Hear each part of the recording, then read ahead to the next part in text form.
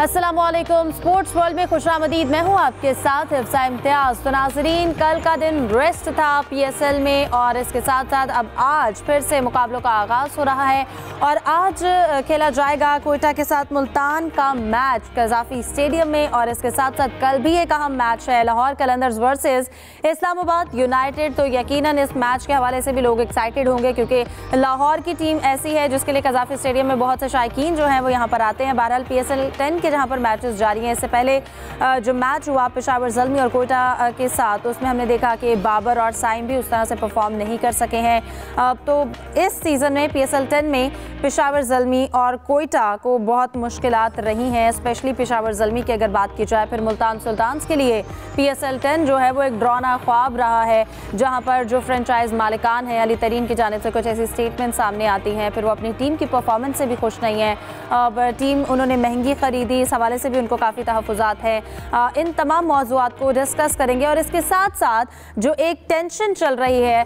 पाकिस्तान और इंडिया के दरमियान, उसके बाद इस टेंशन में खेल को लेकर आना, खेल को ख़राब करना, खेल को सियासत में धकेलना और फिर जो क्रिकेटर्स के बयानात सामने आ रहे हैं, इसको डिस्कस करेंगे। सबसे पहले मेरे साथ स्टूडियो में मौजूद हैं यूसुफ अंजुम और सलीम खालिक साहब हमें ज्वाइन करेंगे। आप दोनों को वेलकम कहूँगी, उम्मीद करती हूँ आप लोग खैरियत से होंगे।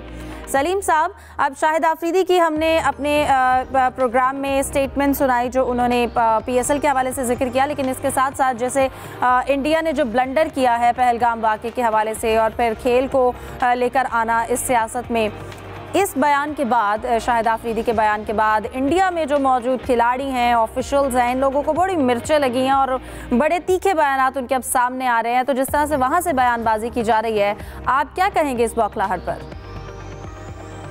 देखिए, शाहिद आफरीदी का जहां तक आपने जिक्र किया ना, शाहिद आफरीदी एक बहुत तगड़ा क्रिकेटर है और इंसान।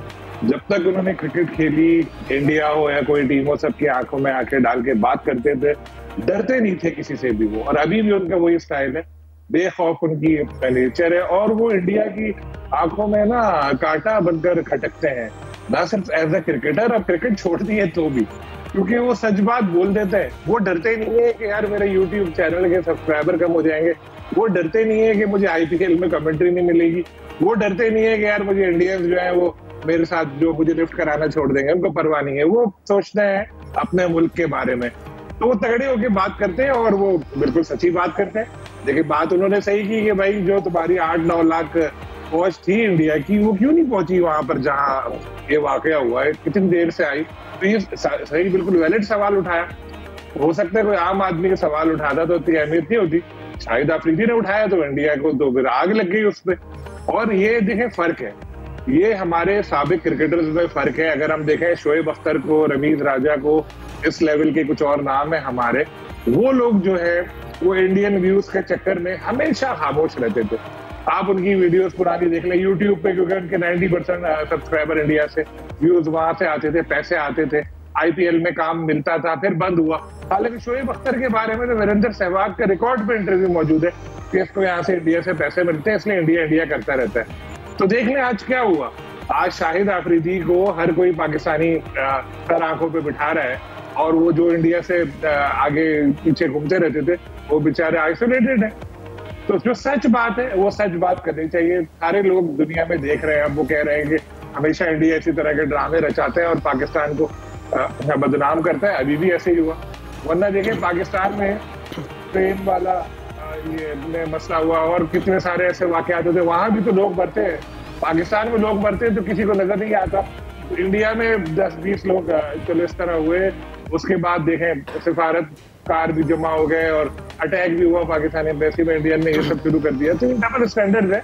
अच्छी बात ये है कि क्रिकेट में हमारे शाहिद आफरीदी को सामने लेकर आए, बाकी क्रिकेटर्स को ये हिम्मत करनी चाहिए, सच बोलना चाहिए और डॉलर वॉलर को भूल जाए। तो वैसे ही इंडिया ने इस चीज को बैन कर दिया है। और अगर आप देखें इंडिया के क्रिकेटर्स का इसमें अगर आप देखें, जैसे अजहरुद्दीन है, उनकी तो मजबूरी समझ आती है, चलो उनको वहां पे रहना है तो इसी तरह की बातें करनी है।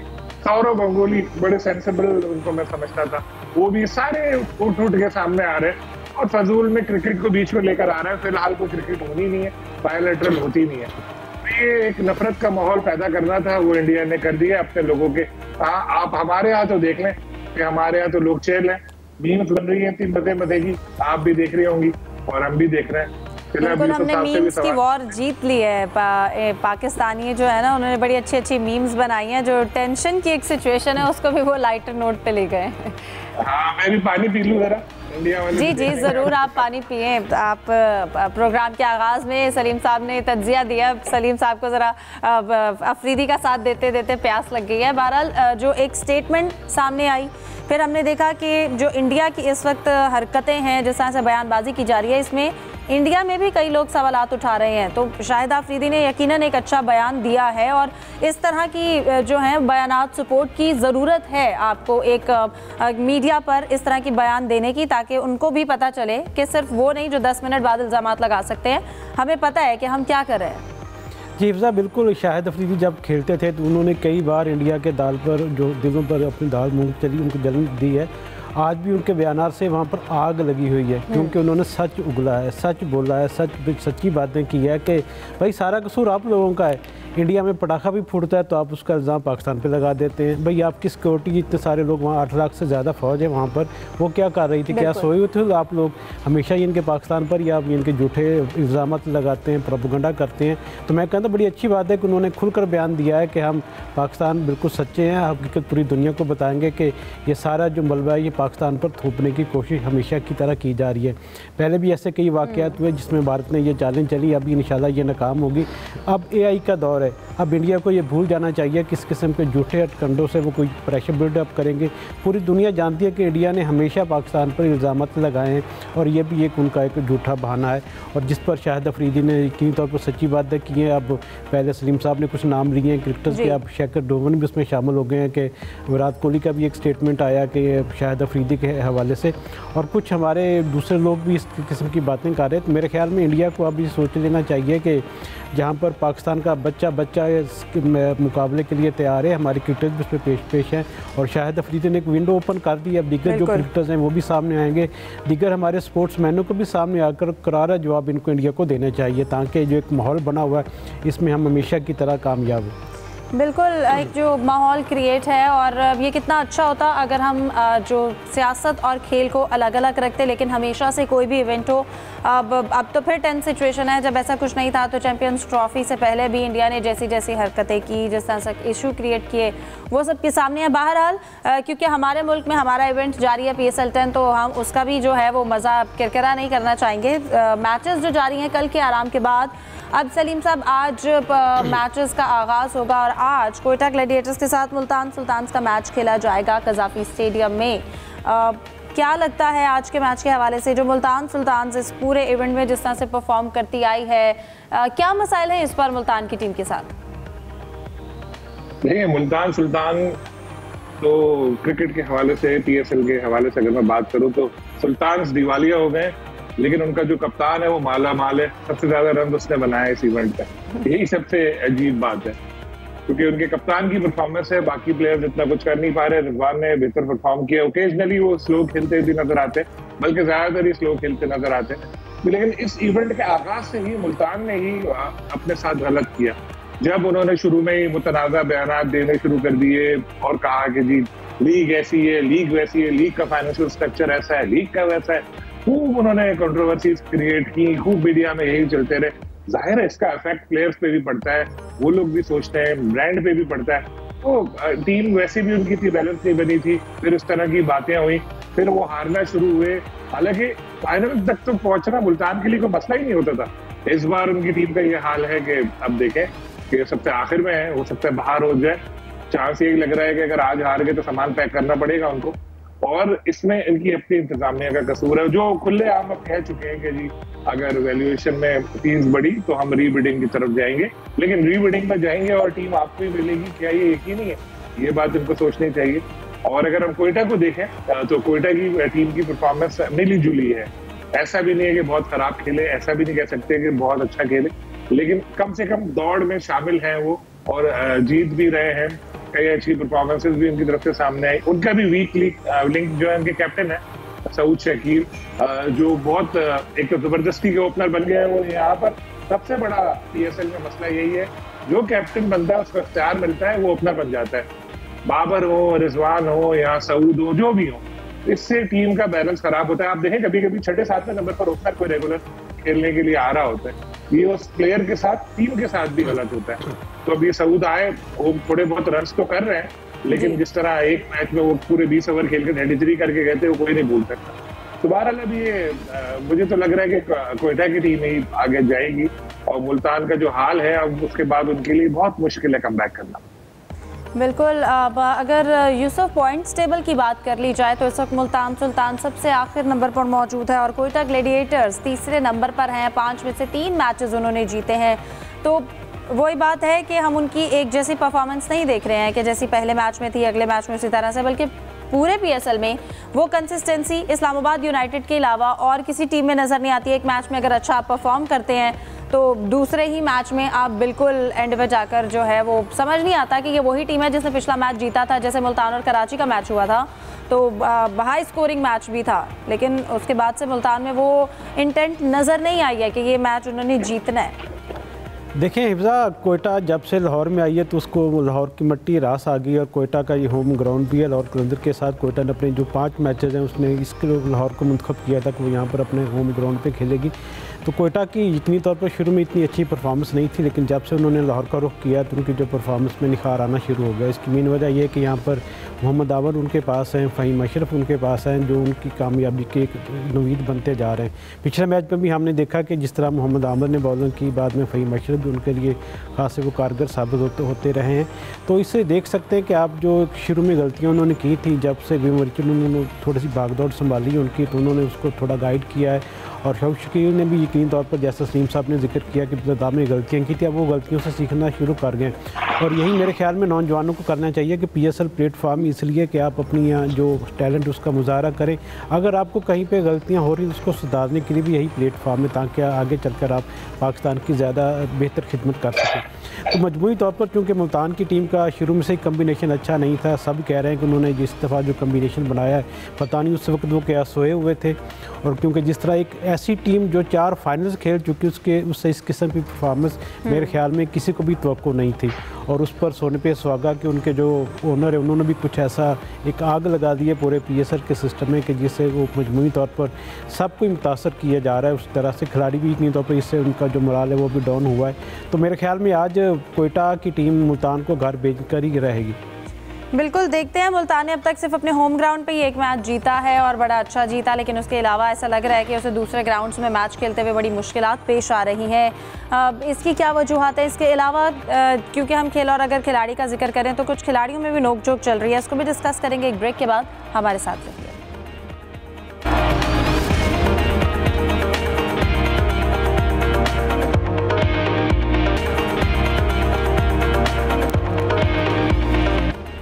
ब्रेक के बाद आपको खुशामदीद कहेंगे। तो नाजरीन, जैसे जैसे पीएसएल 10 के मैचेस आगे बढ़े हैं, इसी तरह इंटरनेशनल प्लेयर्स जो हैं वो अब अपनी टीम्स को ज्वाइन भी कर रहे हैं। और इसी तरह कराची किंग्स में स्टार बैटर केन विलियमसन ने न्यूजीलैंड से ज्वाइन किया है कराची किंग्स को। और उम्मीद करते हैं कि कराची किंग्स में केन विलियमसन की शमूलियत के बाद उनकी फतूहात का सिलसिला मजीद आगे बढ़ेगा। केन विलियमसन ने क्रिकेट पाकिस्तान के प्रोग्राम क्रिकेट कॉर्नर के लिए सलीम खालिक को इंटरव्यू दिया है। आइए आपके लिए पेश करते हैं। सलीम खालिक और आप देख रहे हैं प्रोग्राम क्रिकेट कॉर्नर। पीएसएल के दिलचस्प मुकाबले इन दिनों पाकिस्तान भर में जारी हैं और इस दौरान हमारी कोशिश है आपकी मुलाकात कराएं मौजूदा और साबिक क्रिकेटर से। इसके साथ ऑफिशियल्स भी बाज़ हमारे इस शो में आए और उन्होंने अपनी दिलचस्प बातें आप तक पहुंचाई। आज हम जिस खिलाड़ी को मेहमान बना रहे हैं उनका नाम किसी तारुफ का मोहताज नहीं है। दुनिया भर में उन्होंने लाखों अपने फैंस बनाए, ना सिर्फ अपनी बैटिंग बल्कि अपने अच्छे रवैये की वजह से भी। हम बात कर रहे हैं केन विलियमसन, न्यूजीलैंड के साबिक कप्तान जो पीएसएल में कराची किंग्स की नुमाइंदगी करेंगे। ताखीर से उन्होंने टीम को ज्वाइन किया है और अब तक कोई मैच खेला नहीं, लेकिन जब कोई मैच खेलेंगे तो फिर नजर आएगी उनकी प्रेजेंस फील्ड में। केन विलियमसन पाकिस्तान के कई टूर्स कर चुके, मोस्ट रिसेंटली चैंपियंस ट्रॉफी में भी वो आए थे, यहाँ वो डबल सेंचुरी भी बना चुके हैं। और जैसे कि मैंने कहा कि न सिर्फ खेल बल्कि अपने रवैये की वजह से भी वो पाकिस्तान में काफ़ी मकबूलियत रखते हैं। तो लाहौर में इस वक्त मौजूद हैं वो और हमें ज्वाइन करेंगे। उनसे हम पूछेंगे कराची किंग्स के हवाले से, न्यूजीलैंड क्रिकेट के हवाले से और जो उन्होंने अपने सोचा हुआ है पीएसएल पाकिस्तानी प्लेयर्स के बारे में भी उनकी राय जानने की कोशिश करेंगे। तो बातचीत का आगाज करते हैं। Thank you very much for your time. You have visited Pakistan multiple times for the bilateral series and most recently for Champions Trophy. How does it feel to be here for the PSL this time? Yeah, I mean, it's great to be back in Pakistan. Like you mentioned, I've been fortunate to come here for a few series and obviously the Champions Trophy, but heard a lot about the PSL with a number of friends of mine that have played in it. The likes of Luke Bronke, who always spoke really highly about the competition. So to be able to experience that and join the Karachi Kings has been really nice. What were the reason behind joining the Karachi Kings late here? Yeah, I mean there are a few things. I had some prior commitments that were already locked in. Also getting the body right.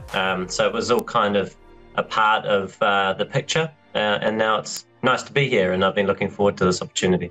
So I've been playing beautifully and put together some really good performances and conditions that have varied a lot. Obviously, this evening was a tough match for us, and there's definitely some learning there to try and improve in our coming performances. But it's a great bunch of guys, that a fantastic group of cricketers that are really sort of motivated to do well for Karachi, and so far it's been a good start. Will you be staying in Pakistan for the remainder of the event? So, yeah, I'm here for the duration of the tournament. So hopefully, as a side, we can put together some good performances and end up in the finals, which is obviously the goal. You were not picked in this year's IPL, but you did some commentary in a few matches. How was that experience? It was a good experience. For me, at sort of this stage of my career, it was nice to try something a little bit different whilst still playing. And, playing at the moment is the priority. But, it was nice to sort of have an experience on the other side of the ropes, so to speak. And, yeah, it was enjoyable. I mean, it's still closely connected with the game that I love, so it was nice to have that experience for a couple of weeks. Did you get any chance to try Pakistani food yet? Well, I mean, I have over the times that I've been here in Pakistan. I mean, I've only been here a couple of days now, but yeah, I mean, the food has always been nice. But I've enjoyed that. Do you plan to play golf during your free time in Pakistan? Yeah, I mean, we'll try and get out when we can, and it's always nice to be able to do that from time to time, depending on the schedule. So, yeah, we'll just have to see. You have a huge fan following in Pakistan, and your fans are eagerly waiting to watch you in action. What are your plans for this tournament? Yeah, I mean, it's just to add whatever value I can for the team, and in whatever capacity. And there's always, you got young players in a team, you got experienced players, you got players from around the world, and I mean the majority are from here in Pakistan. So it's nice to kind of see that different culture, those different environments, and I suppose I've been involved in the game for a number of years now, and try and just share some of those experiences that I've had, and some of the, I guess, situations that I've been in, and try and perhaps pass that on. So that's probably an off-field training aspect, and then if the opportunity to play arises, then try and perform my role as well as I can for the team, whatever that may be. Babar Azam and Mohammad Rizwan often face criticism over their strike rate. What's your take? Should a batsman go all out from the very first ball in T20 cricket, or take his time? I mean, it's all about what the team requires, and trying to win games for your team. And as we've seen in the PSL already, that we've seen scores that are being 230, but we've also seen scores around 140 and 130. So, you have to be adaptable, and whoever you are, and, ultimately it's what's your role for the team that adds to your team's best performance. And then try and do that to the best of your ability, whether on some days it's scoring quicker than others, as long as it's geared towards trying to win games for your side. Which current Pakistani player has inspired you the most? Yeah, I mean, I've been here only for a couple of days, so I'm still enjoying watching everybody play. But obviously, over the years, having played against Pakistan a lot, always have enjoyed watching Babar bat. You know, he's an amazing player and a beautiful player to watch. So he's one that I've always enjoyed. Which Pakistani bowler has been the most challenging to face for you? Yeah, I mean, they've got such a great depth of fast bowlers in particular, which they've always had in Pakistan cricket. So a lot of threats. Shaheen has been, incredible, especially with the new ball. And then you got the likes of Haris Ralph, who's been, a fantastic performer for Pakistan for a long time. So those are two bowlers that have done really, really well.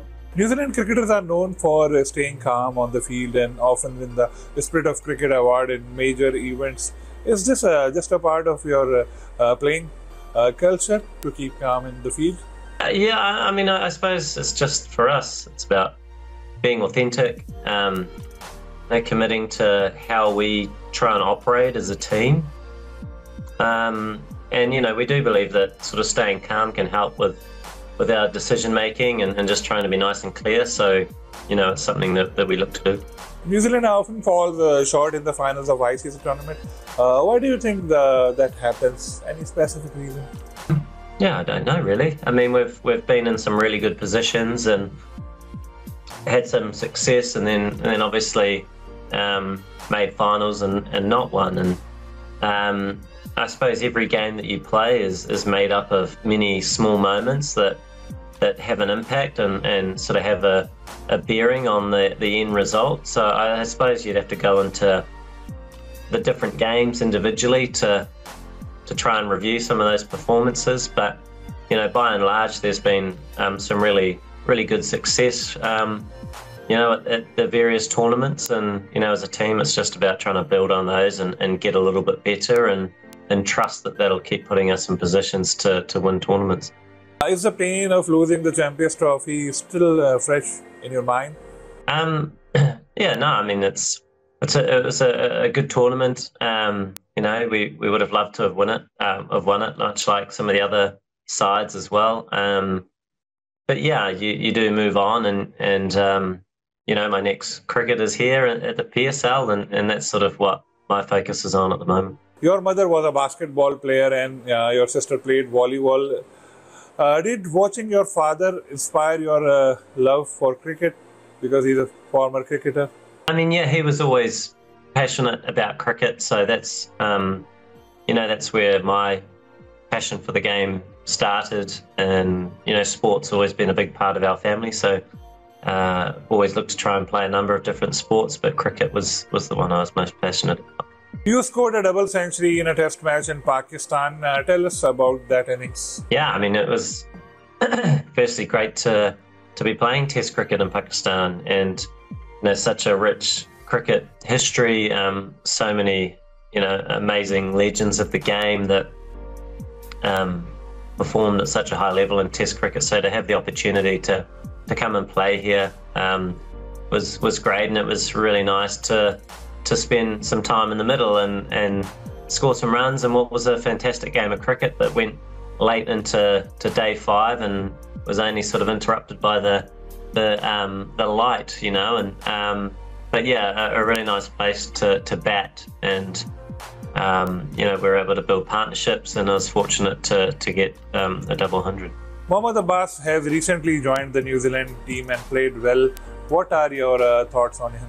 Yeah, a young player coming through that is really, really talented, and I've only seen small snippets of him, but really impressed in the recent series, and on debut scoring 50 off 20 was a very memorable moment for him, and sort of a great thing for our team and the depth of the side. So it was fantastic to see, and a really talented, powerful young batter that can bowl too. So it's a great resource to have. How long did you plan to continue playing international cricket? Look, for me, it's just about enjoying it and getting that balance right as well as I can. I have a young family, and I still love the game. So yeah, I mean, here as I sit now, it's about looking to keep doing that, looking to try and keep getting better and keep playing. Thanks for your time. Thank you very much. Cheers. Kane Williamson की गुफ्तगू आपने सुनी और उन्होंने उम्मीद जाहिर की कि कराची किंग्स की टीम PSL में जो बकिया मैचेस हैं उनमें भी अच्छा परफॉर्म करेगी। क्वेटा ग्लैडिएटर्स के खिलाफ शिकस्त पर वो मायूस नजर आए। उन्होंने बताया बाज़ वजूहात के बिना पर उन्हें आने में ताखीर हुई, लेकिन अब कोशिश होगी जितने मैचेस खेल सके वो खेलें। उन्होंने बाबर आजम और शाहीन शाह अफरीदी की कारकर्दगी को भी सराहा। फिर इंशाअल्लाह किसी और गेस्ट के साथ आपसे मुलाकात होगी।